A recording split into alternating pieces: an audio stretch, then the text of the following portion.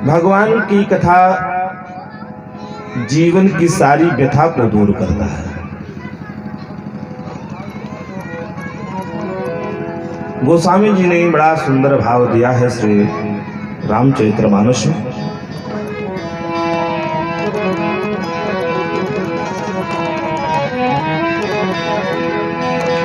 मन कामना सिद्धि न रे पावा, मन कामना सिद्धि न रे पावा, मन कामना सिद्धि न रे पावा, मन कामना सिद्धि न रे पावा, मन कामना सिद्धि न रे पावा।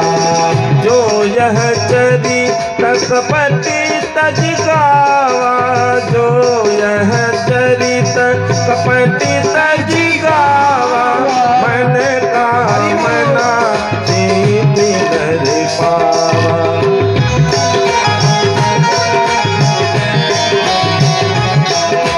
मन कामना सिद्धि न रे पावा, मन कामना सिद्धि न रे पावा, सिद्धि न रे पावा, सिद्धि न रे पावा, सिद्धि न रे पावा।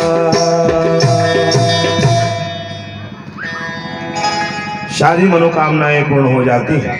यह इतना दिव्य ग्रंथ है। पूरा जीवन जीने की शैली है। स्वर्ग नरक अपवर्ग न सहने। गोस्वामी जी ने लिखा है स्वर्ग तक, नरक तक और अपवर्ग अर्थात मोक्ष तक जाने के लिए गोस्वामी जी ने ये सीढ़ी निर्माण किया है 3 डंडे की। रामचरितमानस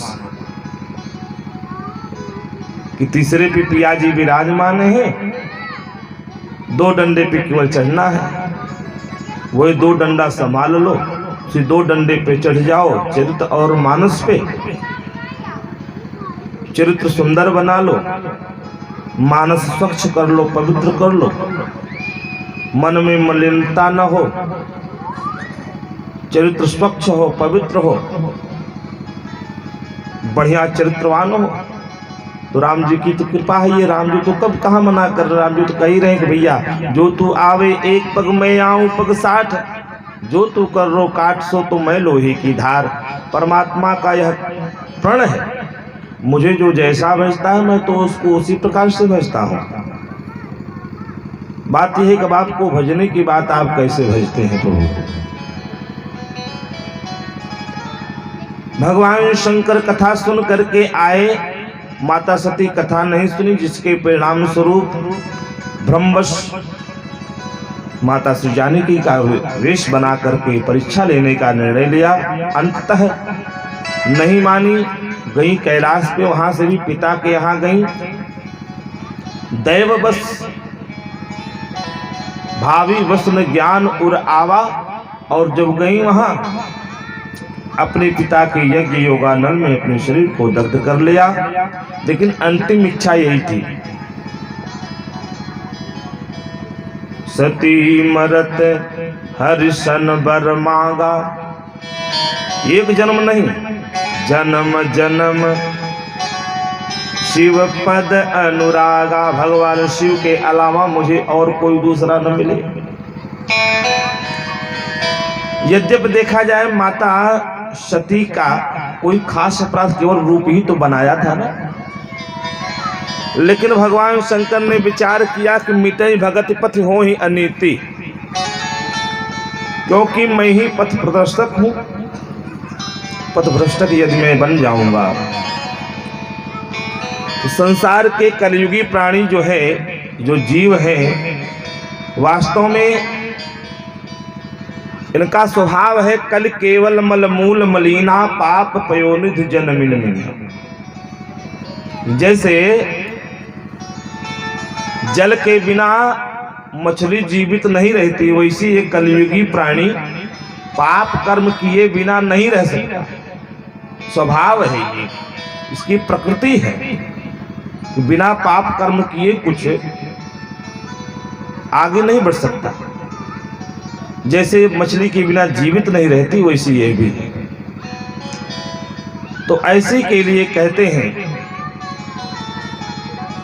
कि जीव जो है परमात्मा के चरण शरण को ग्रहण करके रखे तो जीवन आनंद से परिपूर्ण हो जाता है। गोस्वामी जी ने लिखा है, अंतिम इच्छा थी माता सती की कि जब हमें भगवान शिव मिले तब भगवान शिव ही मिले, इनके अलावा और कोई न मिले। इसी के कारण तही कारण हिमगिरि गृह जाई और जन्मी पार्वती तनु पाई। माता पार्वती के रूप में राजा हिमांचल के यहाँ स्वतः जो है ये प्रकट हुई। और जैसे ही 5 वर्ष की अवस्था हुई, जैसे ही 5 वर्ष की अवस्था हुई, वैसे ही माता सती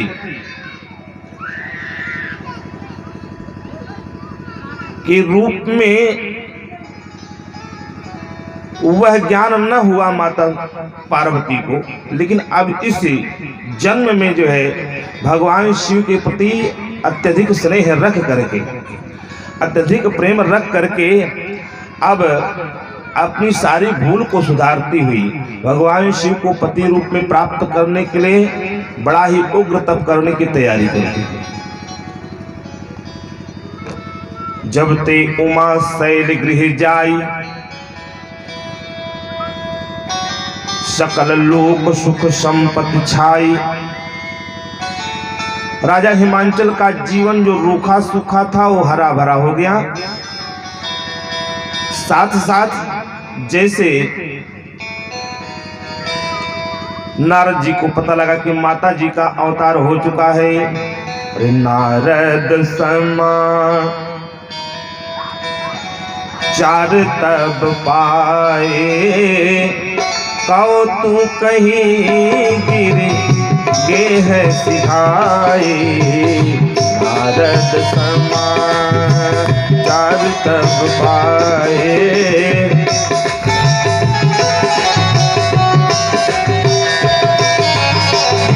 नारद समा।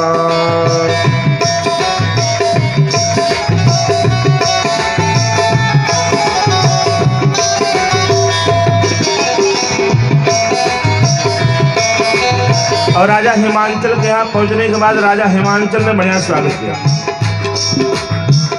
बढ़िया खिला पिला करके श्रेष्ठ स्थान दिया और देख करके बैठा गया।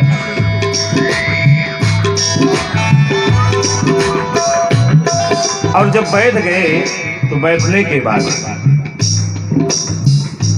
तब क्या करते हैं महाराज हिमांचल, अपनी पुत्री पार्वती का हाथ दिखाते हैं। अच्छा, हाथ दिखाना प्रारंभ किया।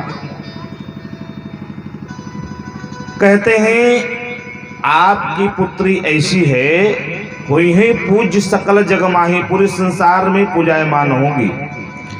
इसकी सेवा पूजा करने से कुछ भी दुर्लभ नहीं है, सब सुलभ हो जाएगा। ए सेवत कुछ दुर्लभ नाही। और इतना ही नहीं, भगवान शिव की कृपा इसके ऊपर अत्यधिक रहेगी। इसको ऐसा पति मिलेगा, जोगी जटिल अकाम मन, नगन अमंगल वेश। अस स्वामी यही कह मिले, पड़ी हस्त अशिरेख। इसको ऐसा स्वामी मिलेगा, बड़ी बड़ी जटा वाला, जोगी, जटिल, अकाम, समस्त कामनाओं से ही, नग्न अवस्था में होगा, अमंगल वेशधारी होगा, ऐसा इसको पति मिलेगा। नारद जी ने कहा मैं ऐसा नहीं कह रहा हूं, इसके हाथ की रेखा कह रही है। कहा अच्छा। और जैसे इतना कहा, दोनों दंपति सोच रहे हैं, दोनों दंपति सोच रहे हैं कि महाराज आप तो त्रिकालदर्शी हैं, आपके देखने में यही दिखाई दे रहा है, तो गुण कहाँ दिखाई दे? दोष तो आपने ज्यादा दिखाया।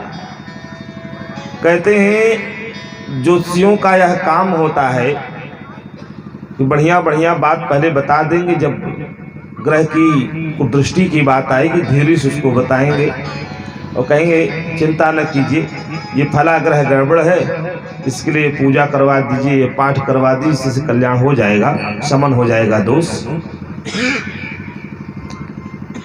जैसे एक जगह गए, एक जोशी कि यहाँ एक व्यक्ति गया अपना हाथ दिखाने के लिए।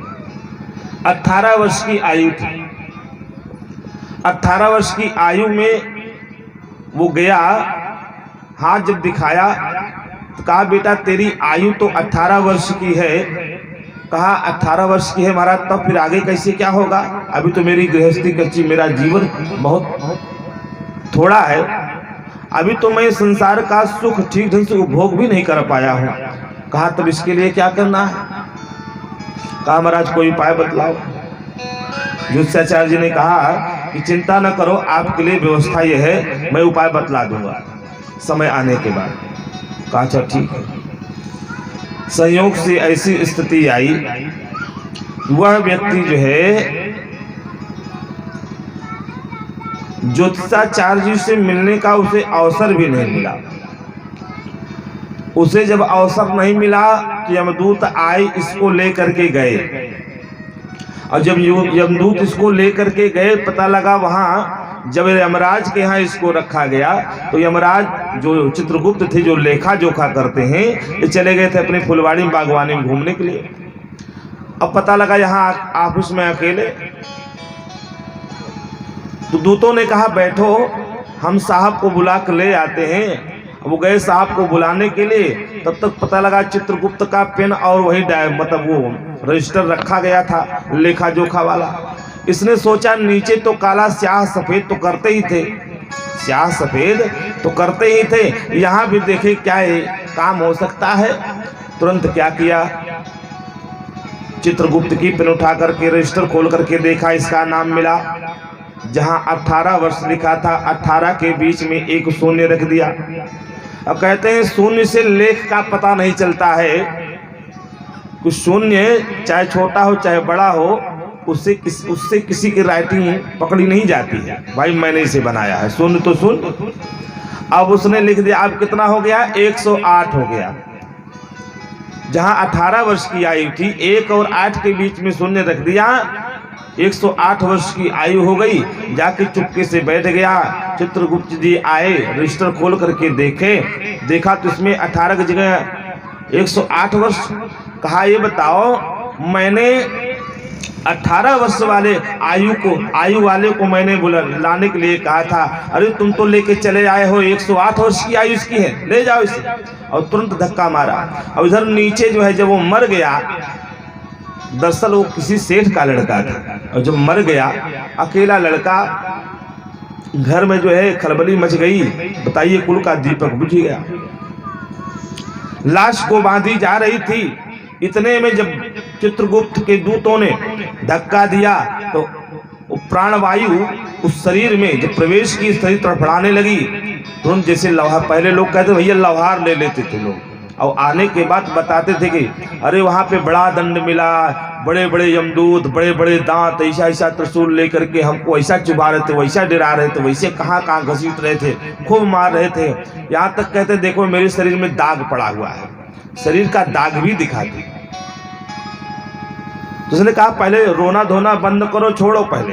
कहा अच्छा। खोल दिया गया उसे। कहा बेटा क्या हुआ, कैसे। कहा पिताजी बस अब इतना ही जान लो आप कि आप यहाँ सरकार को चूना लगाते, हम यमराज को चूना लगा करके आए, बस केवल इतना ही अंतर है, इससे ज्यादा अंतर नहीं। कहा कैसे। कहा 18 की जगह 108 करके आया। तो वैसे भी चला के तभी से सरकार ने क्या किया कि अंक में भी लिखती और शब्द में भी लिखती है। नहीं तो 5 रुपए को 50,000 बनाने में देरी नहीं करेंगे, 5,000 बनाने में देरी नहीं करेंगे। अरे एक शून्य ही तो बढ़ाना है, इसलिए सरकार सतर्क हो गई। तब से जो है शब्द में और अंक में दोनों में जो है नोट छापना प्रारंभ कर दी। इसके बाद भी लोग जाली नोट तैयार करते चले जा रहे हैं। गजब की विडंबना। नारद बाबा ने हाथ दे करके बताया, कहा देखो आपकी पुत्री समस्त सद्गुणों से संपन्न है, सुता तुम्हारी सकल गुण खानी, सुंदर सहज सुशील सयानी, नाम उमा अंबिका भवानी, सब लक्षण संपन्न कुमारी, हुई है ही संतत पिय ही प्यारी। अपने पति को अत्यधिक प्यारी होगी। और इतना ही नहीं, हुई है ही सदा अचल यही कर यही बाता। इसका जो पति होगा वो अमर होगा, मरने वाला नहीं होगा। यही बात इसका सदैव अमर होगा। सदा अचल यही कर यही बाता, अब यही तेजस पई ही पितु माता। माता पिता इसके द्वारा यश प्राप्त करेंगे। पूरे संसार में यह पूजायमान होगी। इसकी सेवा पूजा करने से संसार के समस्त प्राणियों को, चाहे देव हो, चाहे मनुष्य हो, चाहे गंधर्व हो, किन्नर हो, यक्ष, चाहे मनुष्य हो, जो भी प्राणी है, स्त्री हो चाहे पुरुष हो, बालक वृद्ध जो भी है, इसकी सेवा पूजा करने से कुछ भी दुर्लभ नहीं होगा। इसका नाम पूरा संसार सुमरण करेगा। यहाँ तक कि संसार की स्त्रियां जो है इसके नाम के पूजा, इसके नाम से पूजा पाठ व्रत करके पातिव्रत धर्म का पालन करेंगे।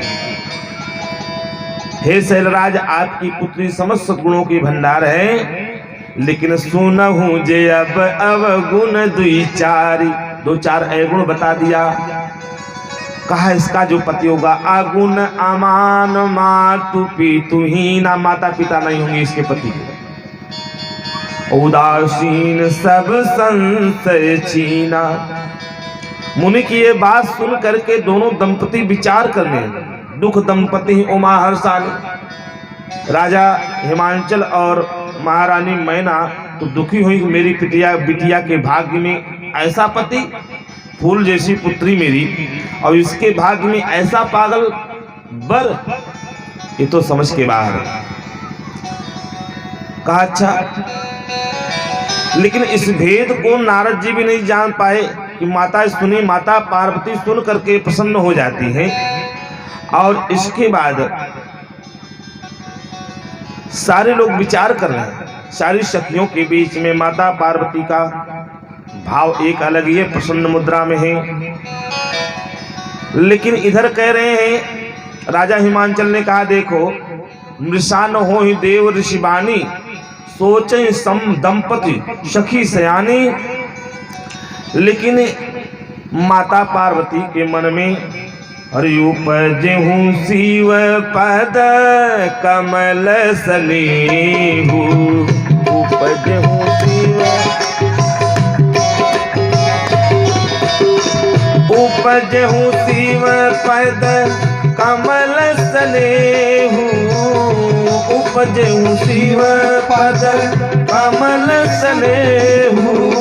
वितन कठिन भाषण देहु, मिलन कठिन मन भाषण देहु, मिलन कठिन मन भाषण देहु। भगवान शिव के मन में भगवान शिव को प्राप्त करने के लिए मन में माता पार्वती ने यह इतना अटूट विश्वास जगाया, लेकिन मिलना कठिन दिखाई दिया। तो क्या करती हैं, ऐसे सुंदर ऐसे कुअवसर को जान करके अपने प्रीत को वहीं पे, प्रेम को वहीं पे रोक करके क्या करती हैं, सखी उछंग सखियों के बीच में जाकर के बैठ जाती है। और इधर दो दंपति सोच रहे हैं, पति को इधर जो है महारानी मैना और राजा हिमांचल पूछ रहे, महाराज कोई उपाय आप बताओ। कहा हिमवंत मुनीस सुन जो विधि लिखा लीलार, जो भाग्य में लिखा है, देव दनुज नर नाग मुनि को उनमें तनिहार। कोई मिटाने वाला नहीं, जितना भाग्य में है उतना मिलेगा। अगर हमारे भाग्य में पागल है तो पागल ही मिलेगा, बढ़िया लिखा है तो बढ़िया मिलेगा। इसलिए जितना भाग्य में है उतना करो। नारद जी ने कहा कि जितना भाग्य में उतना तो मिलेगा, कोई मिटाने वाला नहीं है। फिर भी मैं एक उपाय बतलाता हूं। कहा क्या? जो स्वयं समस्त देवता सहायता करेंगे, जैसा वर मैंने इसके लिए वर्णन किया है ऐसा ही वर मिलेगा, इसके अलावा दूसरा कोई वर नहीं मिलेगा। कहा अच्छा, इसमें संशय नहीं है। जो वर के विषय में विचार करने, ऐसा वर कौन है? सब लोग विचार करने लगे कि भगवान शिव के अलावा और दूसरा कोई नहीं हो सकता। भगवान शिव को ही अनुमान कर रहे थे। सब शिव पहिमे अनुमाने। कहा यदि भगवान शंकर से विवाह होता है तो दूषण भी भूषण बन जाते हैं। जो विवाह शंकर सन होई, दूषण भूषण कह सब कोई। कहा अगर भगवान शिव के साथ विवाह हो रहा है तो बहुत सुंदर है, क्योंकि ये भगवान शिव समर्थ है कि समर्थ के नहीं दोष गुसाई, समर्थ के नहीं दोष गुसाई। रवि पावक सुर सर की नाई, समरथ काहू नहीं, समरथ काहू नहीं, दोषु बताए। रवि पावक सुर सर की नाई, रवि पावक सुर सर की नाई। क्योंकि समर्थवान को दोष नहीं होता है। कैसे? शुभ और अशुभ,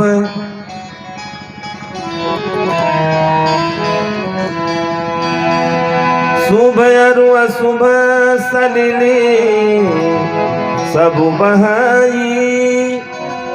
सुरसरी कहूँ अपनी तन कही, भानु कृषानु सरवर सिखाही।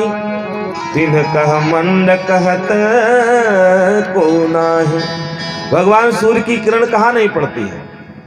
जिस दिन भगवान सूर्य न निकले, जैसे शिशिर ऋतु में देख लिए ठंडी में, जिस दिन घाम नहीं, धूप नहीं होती है, उस दिन क्या दशा होती है? सब लोग ठिठुरे रहते हैं। और धूप खिल जाती है तो लोग प्रसन्न हो जाते हैं, सारी प्रकृति प्रसन्न हो जाती है।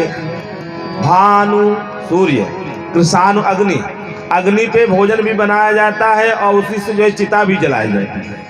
लेकिन अग्नि को कोई दूषित नहीं कहता। भगवान सूर्य की किरण हर जगह पड़ती है, श्रीखंड पे भी पड़ती है, विष्ठा पे भी पड़ती है, लेकिन उसको जो है दूषित नहीं कहता कि भगवान सूर्य की किरण दूषित होकर के आ रही है।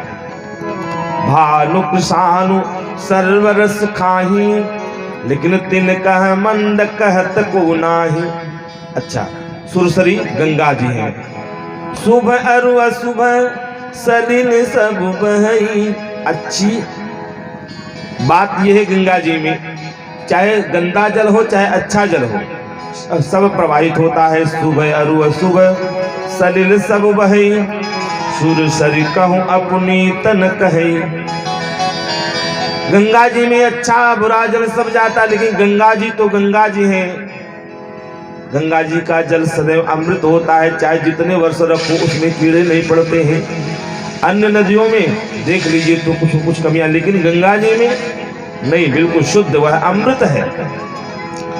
तो कहा उसी प्रकार भगवान शिव समर्थ हैं, और भगवान शिव में और अदर अन्य जो देवता हैं, जैसे भगवान विष्णु हैं, भगवान विष्णु का बखान करे, भगवान शिव की निंदा करे, ऐसा करने वाला परई कल्प भरी नरक महु जीव की इस समान, चाहे ईश्वर के समान जीव ही क्यों न हो, और चाहे जीव हो, जो भी निंदा करता है या जो भेद रखता है वो तो जो है नरकगामी होता है। बोली शंकर भगवान की जय हो।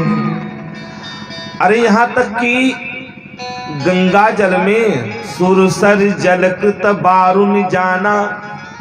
मदिरा गंगा जल में ही क्यों ना बनाई गई हो, लेकिन उसे संत लोग पान नहीं करते हैं। अरे मदिरा तो मदिरा, तो कहते हैं तब हुन संत करते ही पाना। लेकिन सुरसर मिले सुपावन कैसे, वही अगर गंगा जी में बहता हुआ चला जाए तो पवित्र हो जाता है। सुरसर मिले सुपावन कैसे, ईश अनीश अंतर जी से। भगवान शिव तो शिव जो है हर प्रकार से समर्थ हैं। और अगर भगवान शिव से विवाह होता है तो यही विवाह है सब विधि कल्याणा, सब प्रकार से कल्याण ही कल्याण होगा। तो भगवान शंकर तो ऐसे हैं, दुराराध्य पे अहे महेशु आशुतोष पुन किए कलेशु। भगवान शंकर का नाम ही है आशुतोष। आशुतोष का मतलब है आस माने शीघ्र, तोष माने प्रसन्न। जो शीघ्रता से प्रसन्न हो जाए उसका नाम आशुतोष। तो ऐसे आशुतोष भगवान तो बड़े जल्दी प्रसन्न हो जाते हैं। तो दोनों दंपति को समझा करके कहा देखो भगवान शिव को छोड़ करके और दूसरा कोई नहीं मिलेगा। नारद जी कह करके तुरंत अपने ब्रह्म भवन को चले गए और कहा चिंता न करो, स्त्री का कल्याण होगा।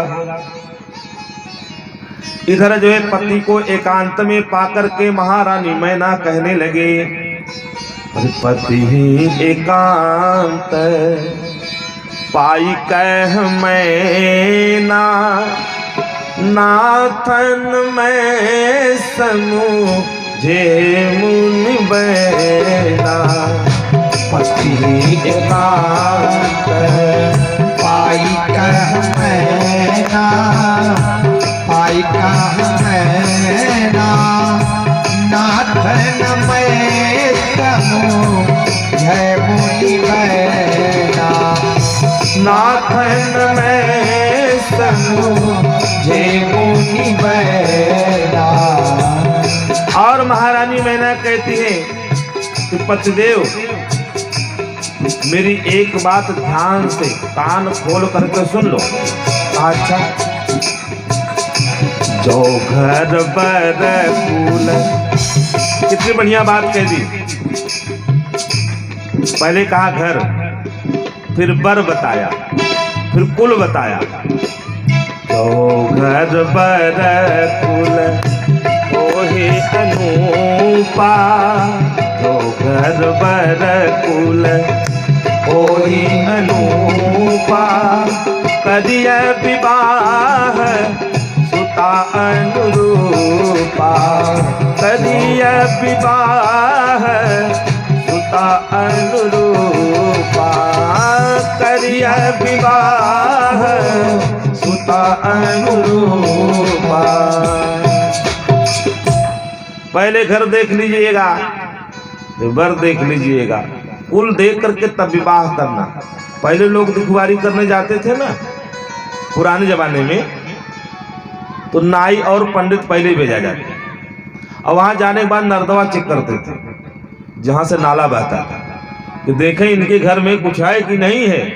अगर जूठ काठ गिरा पा जाए नर्दवा में तो नौवा पहले जाए और जाकर देखे, देख रहे जूठ काठ गिरा है तो भैया नहीं, इनके यहाँ व्यवस्था है ठीक ठाक। जब घर बर कुल हो ही अनूपा, करिए विवाह सुता अनुरूपा। अगर ऐसा ना हो न त कन्यावर रहूं कुआरी, हुआ कंत मम प्राण प्यारी। पुत्री के अनुरूप विवाह करना, अगर ऐसा ना हो तो मत कीजिएगा। तो राजा हिमांचल कहते हैं,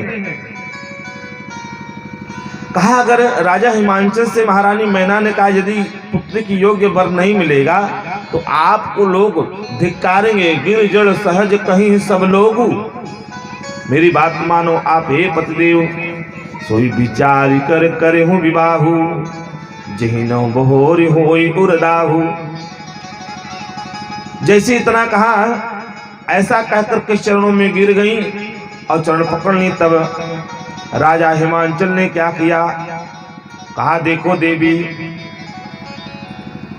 चंद्रमा से अग्नि प्रकट हो जाए, सूर्य शीतल हो जाए, लेकिन नारद वचन अन्यथा नहीं। नारद जी की वाणी कभी मिथ्या नहीं हो सकती। अतः हे प्रिय, शोक का परित्याग करो, भगवान का सुमिरन करो। सुमिरो श्री भगवान, पार्वती निर्मय हुजहि सोई करी है कल्याण। जिन्होंने पार्वती को पैदा किया है, उत्पन्न किया, वही सारी व्यवस्था बनाई। ऐसे एक सज्जन थे, गरीबी थी, पत्नी बार बार कहें का हो आई चलन जाता, कुछ कमाए धमाए आवा, घर में बड़ी व्यवस्था बा, कहें कहाँ जाई, अरे कहीं जाबा की इसी कहाँ जाई, कहाँ जाई, कहा नहीं नहीं कहीं जाइए आप, जाने के लिए प्रेरित किया। कहा देवी सब ऊपर वाले हैं, वही सब करेंगे और सबका बेड़ा पार करेंगे, वही मेरा भी बेड़ा पार करेंगे।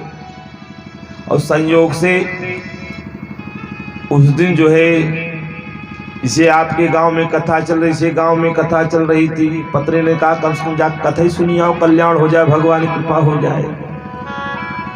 और चले कथा सुनने के लिए आए। जैसे कथा में बैठे, इतने थके थे, दिन भर खूब काम किए थे। जैसे कथा में बैठे वैसे उनको नींद आ गई। जैसे कथा में बैठे वैसे कहा आइए बैठिए। इतना सुन पाए, थके हुए थे, कीर्तन होने लगा, बजने लगा, साज बाज बजा तो उनको नींद आ गई, सो गए। बड़ी बढ़िया नींद आई, कथा भी हो गई, आरती भी हो गई। और प्रसाद देने के बाद जैसे ही कहा व्यास जी ने कि जाइए अपने अपने घर को विश्राम कीजिए, इतने सुन पाए आइए बैठिए जाइए, केवल यही तीन शब्द सुन पाए बेचारे। घर पे आए, पत्नी ने पूछा क्यों कथा कैसी लगी? हाँ बहुत बढ़िया, केवल यही तो कथा है, यही सत्संग हुआ। कहा क्या? कहा आइए बैठिए जाइए।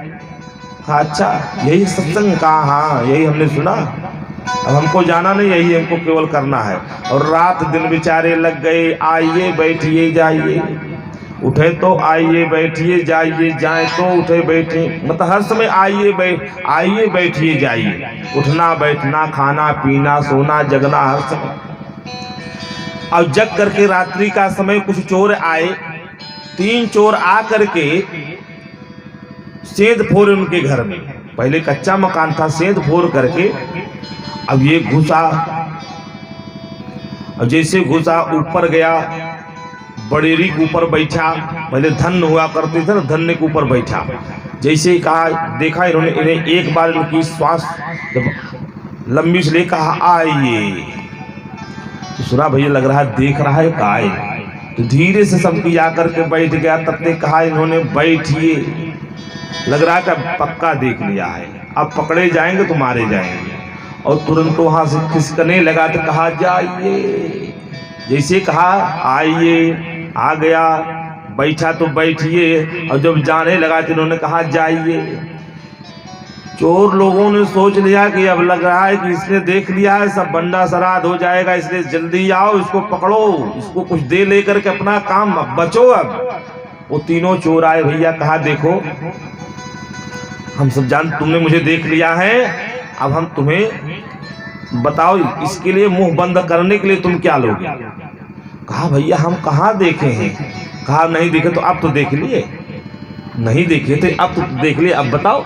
और तुरंत कहा ऐसा है, जो कहोगे मैं सो करूंगा, जितना तुम्हें खर्च चाहिए मैं दे दूंगा, लेकिन ये बात कहीं और फैलनी नहीं चाहिए। कहा ठीक।